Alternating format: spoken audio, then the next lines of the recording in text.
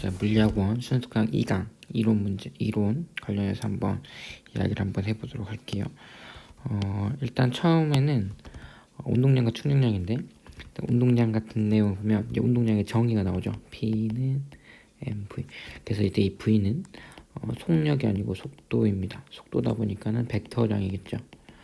벡터량인 거는 결국에 크기뿐만 아니라 방향도 생각을 해줘야 된다는 거 꼭 한번 생각을 해보시기 바라고요. 내용이 이래요. 같은 속력으로 질량이 큰 물체가 멈추기 어렵다.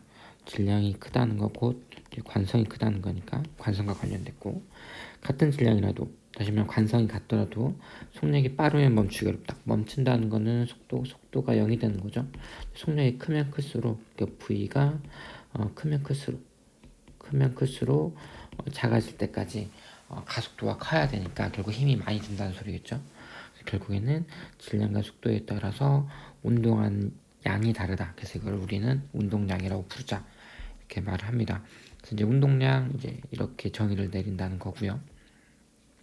여기서 이 V가 속도이기 때문에 이렇게 방향 마이너스 플러스 이렇게 방향이 있다라는 거 한번 생각을 해보시고요. 운동량 변화량, 운동량이 변했다. 이 말은 우리 보통 운동량을 MV라고 했는데, 운동량이 변하면 결국 M이 변하거나 V가 변하는데, 우리 고전력학에서는 질량이 변하는 경우는 없어요. 다시 말하면 물체가 가고 있는데 갑자기 얘한테 힘을 준다거나 어떤 짓을 해서 얘의 질량이 갑자기 변하는 경우, 뭐 붙은 물체가 와서 둘이 턱하니 붙거나 아니면 쪼개져서 질량이 작아지는 경우 있지만, 전체적인 한 물체를 놓고 본다면 걔의 질량을 바뀌는 경우는 거의 없습니다. 결국에 V가 변하는 거거든요. 그러니까 결국에 운동량이 변한다는 건 보통 대개는 속도가 변한다 이렇게 생각을 해주시면 됩니다. 그래서 이런 관계가 있다는 거 생각해 보시고, 우리가 보통 속도가 변한다는 거 결국 이제 가속도 운동을 한다는 소리이기 때문에 델타 V 값은 결국 가속도에 얼만큼의 시간이 흘렀냐 이렇게 말할 수 있겠죠. 그래서 우리 보통 델타 P를 M 델타 V라고 했는데 이거를 M A 델타 T 이렇게 바꿀 수 있을 거예요. 자, 그러면 우리는 이게 뭐가 나타나요? F는 M이니까 이게 힘, 그리고 이게 델타 T, 이게 델타 P다 이렇게 말할 수도 있겠죠. 그래서 우리는 보통 어떤 물체에 힘을 줬어요. 그래서 특정한 시간 동안 힘을 준 이걸 우리는 충격량이라고 부르고요. 이렇게 충격량이 주면 그만큼의 운동량이 변한다 이렇게 말을 하기도 합니다. 자, 이거 밑에 건 그냥 읽어보면 되는 그런 문제인 것 같고요. 여기 있는 1, 2, 3번도 운동량에 대한 기본 정의가 있으면 어렵지 않게 풀 수 있는 문제입니다.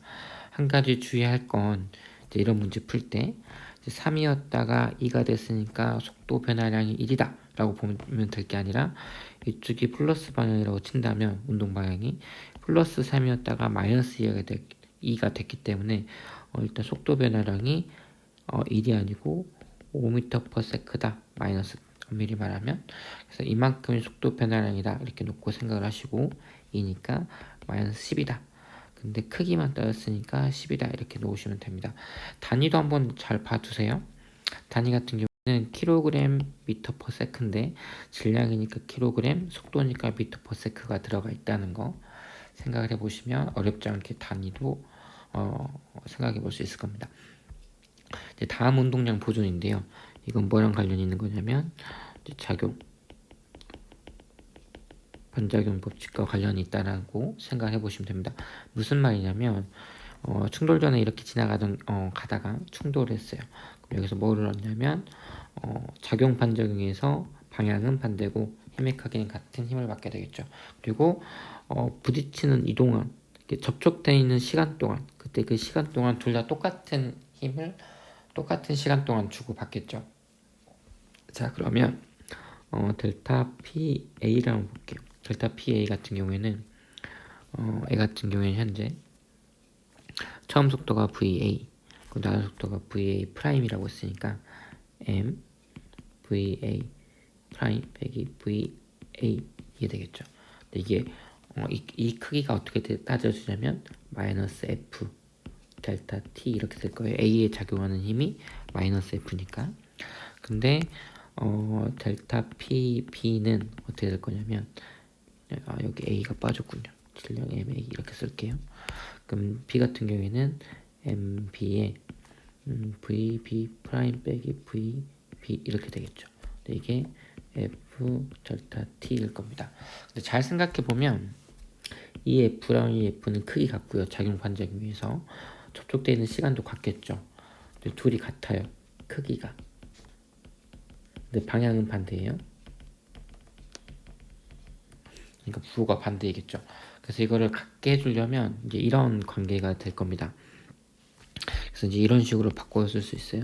이 같은 경우에는 크기는 같으니까 MA의 VA 프라임 빼기 VA는 마이너스 MB의 VB 프라임 빼기 VB 이렇게 쓸 수 있겠죠. 같으려면 크기가 반대니까 지금 부호가 반대니까 같다라고 놓는다면 이렇게 쓸 수 있을 겁니다. 그래서 이거를 정리하면 어떻게 되냐면 결국 이거를 다시 부호가 같은 것끼리 바꿔서 써주면 이제 이런 관계가 되죠. A 더하기 MB VB는 MAVA 프라임 더하기 MBVB 프라임 이렇게 바꿔 쓸 수 있습니다. 그럼 이게 뭘 의미하냐면 이게 충돌 전 속도예요. 충돌 전 속도. 이거는 충돌 후 속도죠. 그래서 얘네들이 각각이 뭘 의미하냐면 왼쪽 항이 충돌 전 운동량 BA, 여기가 충돌 전 B의 운동량, 그 밑에 있는 얘는 충돌 후 A의 운동량, 얘는 충돌 후 B의 운동량 되죠. 그래서 충돌 전 전체 운동량의 합이랑 충돌 후 전체 운동량의 합이 같다라는 겁니다. 우리는 그래서 이거를 충돌 전후 운동량이 전체 총 운동량이 보존된다. 그래서 운동량 보존 법칙이라고 불러요. 매우 강력한 식이니까 꼭 익혀두시기 바라고요. 그래서 충돌하는 물질의 운동량 변화의 총합은 0이다. 이게 무슨 말이냐면 얘네들을 각각 보면 이걸 다시 바꿨으면 이렇게 되죠. PA 빼기 PA 프라임은 PB 프라임 빼기 PB죠. 그러니까 얘네들이 얘 같은 경우에는 마이너스 델타 얘는 어떻게 쓸 수 있냐면 마이너스 델타 PA고요. 왜냐하면 처음에서 나중 뺐으니까요. 델타라는 건 나중에 처음 빼는 거니까. 얘 같은 경우는 델타 PB죠. 얘네들이 크게 같으니까 결국에 둘이 더하면 0 된다 라는 겁니다. 결국 작용 반작용 이거랑 똑같은 말이에요. 여기 있는 문제도 운동량 보존 법칙 이용하면은 어렵지 않게 볼 수 있습니다. 하나만 해볼까요? 일단 정지했으니까 B 운동량 빵이고요. A 운동량 8이죠. 단까지 쓴다면 이렇게 쓸 수 있고요. 얘가 정지했으니까 충돌 전 총 운동량이 8이라서 충돌 후에도 총 운동량이 8 나와야 돼요. 얘가 2kg이라고 했으니까 이 속도가 3m/s구나 이렇게 말할 수 있겠네요. 운동량과 충격량 나옵니다. 얘 같은 경우에 현재 어떻게 했냐면 지금 여기서 멈추고 있다가 여기 버튼을 누르는 순간 이렇게 튕겨 나가요. 여기 용철 같은 게 있어서 서로 튕겨 나갑니다. 그런데 지금 보시면 B에다가 줄을 하나, 두 개, 세 개씩 추가해서 넣으면서 B의 질량이 계속 바뀌어요. A 질량은 그대로인데 그럼 튕겨나갈 때 얘가 더 무거우니까 어떻게 되는지 살펴보면 속도가 점점 바뀝니다. 그러니까 질량이 무거워지면서 점점 속도가 이렇게 떨어지는 걸 볼 수 있죠. 그래서 이제 A 보면 충돌하고 나서 보면 운동량은 얘 같은 경우 운동이 이렇게 변했어요. 하지만 오른쪽 운동량도 똑같이 증가합니다. 자, 그래서 보시면 마이너스 0.1일 때 얘도 플러스 0.2. 그래서 결국 총 운동량 총합이 플러스 총합이 얼마가 되냐면 항상 0이 되게끔 마이너스 0.24 플러스 0.24 0. 왜냐하면 처음 운동량 얘가 지금 정지했잖아요. 정지했으니까 총 운동량 PA 더하기 PB의 값이 0이겠죠. 충돌 후에도 A도 움직이고 B도 움직이겠지만 방향이 반대고요. 그래서 하나가 운동량이 양수값이면 하나가 음수값이고 그래서 그 둘의 합은 항상 같아야 된다. 왜냐하면 총 운동량이 0이었으니까. 이런 관계라는 거 생각해 보시면 여기 있는 문제도 어렵지 않게 풀 수 있을 겁니다. 뭐 충돌 전후 이런 것도 다 운동량 보존 법칙으로서 이제 나오는 그냥 식들인데 이걸 이제 굳이 외우려고 하지 마시고요. 그냥 각 조건에 따라서 운동량 보존에 대한 식을 쓰면 자연스럽게 이런 값들은 유도가 됩니다. 절대 이런 걸 따로 메모지에 써서 외울 필요는 없어요. 이런 것도 마찬가지고요. 충격량 한번 보겠습니다. 지금 이걸 아까 충격량으로 정의가 내린다고 했고요. 여기 이제 델타 P였죠. 델타 P. 자, 얘가 의미하는 게 뭐냐면 F 델타 T인데 만약에 이 F가 시간에 따라서 계속 변한다면 결국 이 값은 이런 식으로 바꿔서 설명을 할 수 있겠죠. F가 일정하면 그냥 시간 곱하기 F만 하면 되는데 F가 변할 수 있으니까 그 경우에는 이제 이런 식으로 적분값으로 표현이 된다라는 거 생각을 해보시고 결국 이 면적값 이게 뭘 나타내냐면 운동량 변화량이더라 라고 생각할 수도 있습니다. 이건 여기서도 증명할 수 있는데요. 이제 미적분이 조금만 익숙해지면 F가 MA고 MA는 곧 이 A가 M DT분의 DV DT 이렇게 되겠죠. 여기 DT가 이런 식으로 바뀔 거니까 그리고 이렇게 바꾸면 M DV 이렇게 되고요. 얘는 곧 M DV F 빼기 V 이제 피니시 라인 속도 벨로시티 그 이니셜 라인 벨로시티에서 여기 결국 M 델타 V 결국 운동량 변화량 이렇게 바꿔서 말할 수 있겠네요. 자, 결국 충격량이 곧 운동량 변화량이다 라는 거 다시 한번 이제 적분 형태로 해서 증명해 보는 거 따라서 한번 해봤습니다. 여기 있는 것도 문제 자체는 굉장히 쉬워요. 어렵지 않으니까 꼭 한번 해보시기 바라고요. 이거는 실제 수업 시간에 이런 충격량과 운동량 실험에서 많이 쓰는 겁니다.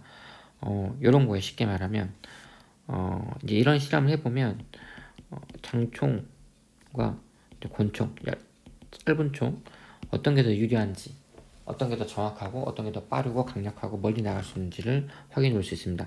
우리 스나이퍼들, 그러니까 아주 멀리서 정확하게 맞추는 그런 군인들이나 용병들 보면은 총을 권총으로 쏘지 않아요. 항상 장총으로 쏩니다. 이유는 하나예요. 똑같은 총알을 쓰더라도 자 볼게요. 무슨 말인지. 총이 있습니다. 기본적인 선생님이 그림을 잘 못 그리는데 이런 식으로 해서 여기 이제 방아쇠가 있고 이걸 이렇게 축 누르면 총알이 축 나간다고 해봐요. 근데 총알이 안에 이제 들어가 있겠죠.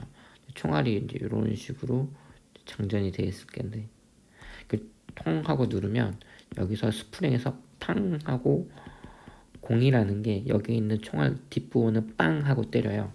근데 이 총알을 좀 확대해서 그리면 총알이 이런 모양인데 총알의 이 뒷부분 다 뭘로 채워져 있냐면 화약으로 채워져 있어요. 그래서 공이가 여기를 빵 하고 쇠뭉치로 됐거든요. 공이라는 게 여기 빵 하고 때리면 이 화약이 폭발이 일어납니다. 그럼 이 폭발에 의해서 앞부분이 슝 하고 날아가는 거거든요. 그걸 이제 총알이라 불러요. 그래서 우리가 흔히 말하는 총알은 화약 플러스 앞부분으로 이루어진 게 총알이에요. 전체가 이제 총알이에요. 그러니까 근데 똑같은 총알을 쓰더라도 그래서 폭발이 팡 하고 폭발이 여기서 막 하고 폭발이 일어나겠죠. 근데 이 폭발력이 슝 일어나면 여기 있는 총이 여기 있는 이 끝까지 올 때, 여기까지 올 때까지 이 폭발의 이 효과를 여기까지는 누릴 수 있는데 여기서 더 앞으로 나가버리면 이렇게 앞으로 나가버리면 폭발이 이제 이런 식으로 폭발력이 빠져나갈 거니까 뭐 불꽃에 의한 이런 힘이라던가 아니면 이제 공기에 의한 그게 옆으로 빠져나가서 사실 정확히 폭발에 의한 힘을 받는 구간이 여기서부터 여기까지예요. 여기까지만 폭발의 힘을 받아요. 그러니까 그 힘이 F라고 한다면 갈 때까지 걸린 시간 델타 T라는 시간 동안에 힘을 받아서 운동량이 변하고 그래서 어떤 속도를 가지고 총이 이렇게 날아갑니다. 근데 만약에 총이 더 짧아요. 만약에 이만큼 총이 짧다고 해볼게요. 이렇게까지 총알이 짧아버리면 그래서 총이 더 짧으면 짧을수록 폭발력을 받을 수 있는 거리가 짧죠. 거리가 짧으면 시간도 짧을 거고 시간이 짧으니까 그만큼 속도를 많이 못 얻은 상태에서 운동량 변화가 작은 상태에서 날아가게 됩니다. 자, 그래서 총알이 더 이항이면 같은 총알에 같은 화약이라도 더 큰 속도를 갖게 되려면 길이가 더 길게, 다시 말해 시간이 더 오래만큼 가는 게 좋아요. 그래서 스나이퍼들 보면 총이 있으면 이렇게 총구를 더 이렇게 늘리는, 그래서 이렇게 뱅글뱅글 돌려서 이렇게 총구를 이렇게 더 연장시켜서 총을 쏘는 그런 영화 내용도 보는 적이 있을 수도 있을 거예요. 그래서 거기 보시면 이렇게 총구가 길면 길수록 유리한 게 그것 때문이다 라고 생각해 주시면 되고요. 그래서 이렇게 총알 이렇게 발사할 때 이거 어렵지 않으니까 실제로 만들 세우면 그냥 빨대 어떤 종이 놓고 한다고 했는데 휴지 한 장 뭉쳐 한다고 했는데, 사실 뭐가 제일 좋냐면, 뭐가 제일 재밌냐면 성냥개비라는 게 되게 재밌어요. 성냥개비가 딱 들어맞거든요. 그 빨대 하나에. 그래서 성냥개비 하나로 하면 되게 좋고요. 이 성냥개비도 할 때 똑같은 빨대를 가지고 하더라도 성냥개비를 여기다 놓고 하는 사람이랑 1번 여기 입 앞에다 놓고 하는 사람, 이번 빨대 길이가 똑같음에도 불구하고 1번에 놓고 한 사람, 2번에 놓고 한 사람하고 빠져나가는 성냥개비의 속도는 확 차이가 나요. 누가 더 빠를까요? 당연히 2번이 훨씬 더 빨라요. 왜냐면 2번은 내가 부는 동안 여기서 이렇게 가는 동안 이 시간 동안 계속 내 부는 힘을 받는데, 1번은 정말 살짝만 받고 이 빨대에서 벗어나기 때문에 속도가 아주 조금 변하고요. 2번은 속도가 많이 변하기 때문에 2번이 더 속도가 빠르다라는 거 생각해 볼 수 있습니다. 뭐 충격력과 힘의 관계, 뭐 이거 식만 좀 바꾸면 이런 식으로 쓸 수 있고요. 그래서 우리는 이때 이 F를 충격력이라고 부릅니다. 자, 그런데 어떤 걸 생각해 볼 수 있냐면, 그래서 뭐 이런 거는 뭐 당연한 거니까 여기서 보면 이제 우리는 보통 이제 이런 걸 많이 쓰죠. 충격력 줄이기, 이런 것을 이제 많이 사용을 합니다. 무슨 말이냐면 얘가 이렇게 떨어져요. 근데 얘가 이렇게도 떨어져요. 근데 똑같은 높이에서 떨어지면 떨어질 때 속도가 똑같겠죠. 근데 떨어지고 나서 얘가 속도가 얼마로 바뀌어요? 속도가 0이 되죠. 정지하니까. 그러면 얘의 질량 똑같이 m일 거니까 얘 운동량 변화는 똑같이 다 mv일 겁니다. 떨어지는 순간 운동량의 변화량은. 그러면 운동량의 변화량이 똑같은데 그러면 뭐가 똑같냐면 결국 i가 똑같아요. 그러니까 충격량이 똑같아요. 근데 뭐가 달라있었냐면 이 i는 힘 곱하기 델타 t잖아요. 근데 여기서 충격량이 똑같지만 델타 t를 잘 조절하면 f를 바꿔줄 수 있어요. 다시 말하면 내가 얘가 속도가 변할 때, 속도를 변할 때 시간을 얼만큼 길게 해주냐에 따라서 가속도가 줄어들 거고, 가속도가 줄어들면 그만큼 힘이 적게 작용한다, 이렇게 말할 수 있겠죠. 다시 말하면 어찌됐든 V가 나중에 0이라는 속도로 변할 건데, 그때 내가 시간을 T를 1초 주냐 아니면 T를 10초 주냐에 따라서 가속도는 10배 가까이 차이가 나겠죠. 그래서 푹신푹신한 방석이니까 얘가 접촉해 있는 시간이 길어질수록 가속도가 작아지니까 유리잔이 받는 힘의 크기는 작아서 결국 된다, 이렇게 된다는 거 확인할 수 있습니다. 실제로 제가 수업을 할 때는 뭘로 많이 수업을 하냐면, 여기서는 뭐 글러브 가지고도 하고 뭐 무릎을 굽힌다라고 하는데, 뭐 이것도 직접 해보면 실제로 무릎을 안 굽히고 이렇게 떨어지면 굉장히 아파요.